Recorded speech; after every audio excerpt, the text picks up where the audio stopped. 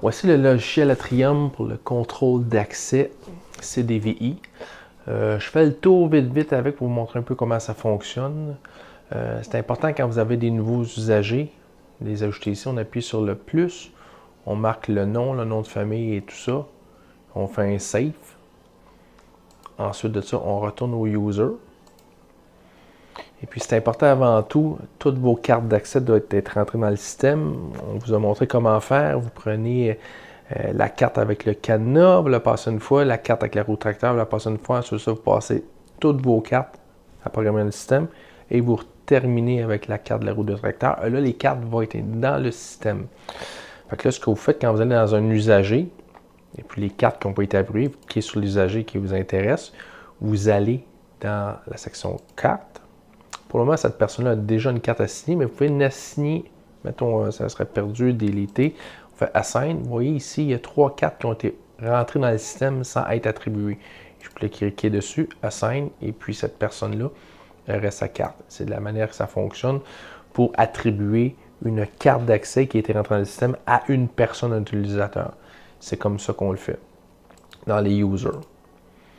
Ce que je suggère souvent dans les users, c'est de garder peut-être les premiers chiffres en avant ici, dans le first name, qui correspond à le numéro qui est sur votre carte. Et puis le nom de famille, le last name, on marque le nom de l'utilisateur et tout ça. Si jamais la personne a perdu sa carte, mais on peut le mettre inactif. Comme ça, personne ne peut reprendre sa carte. Bien important. Dans vos portes ici, vous les avez tous en ce moment qui vont apparaître. En tout temps, vous pouvez les débarrer. Si je fais un unlock, la porte va rester débarrée en tout temps. Et si je veux la faire rentrer temporairement, je fais un Grant Access.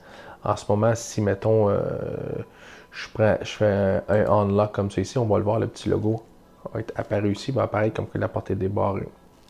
C'est important quand on a terminé, on veut rebarrer la porte, on clique une fois, on fait Reset pour que ça redevienne au début parce que la porte va toujours rester ouverte dans ce cas-là. Pas mal ça, on peut les renommer dedans ici. Voir c'est quoi le nom de porte, tout ça. C'est pas mal tout ce qu'il y a à faire. Le reste, c'est fait par vraiment votre technicien.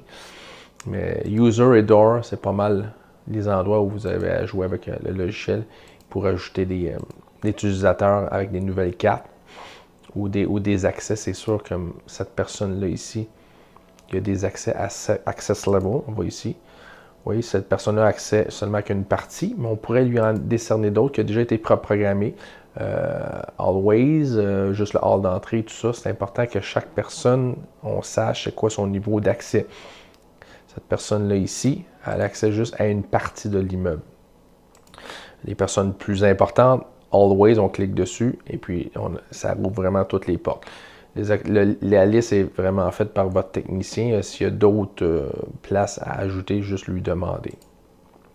Voilà, ça fait pas mal de tour en résumé, système de contrôle d'accès Atrium.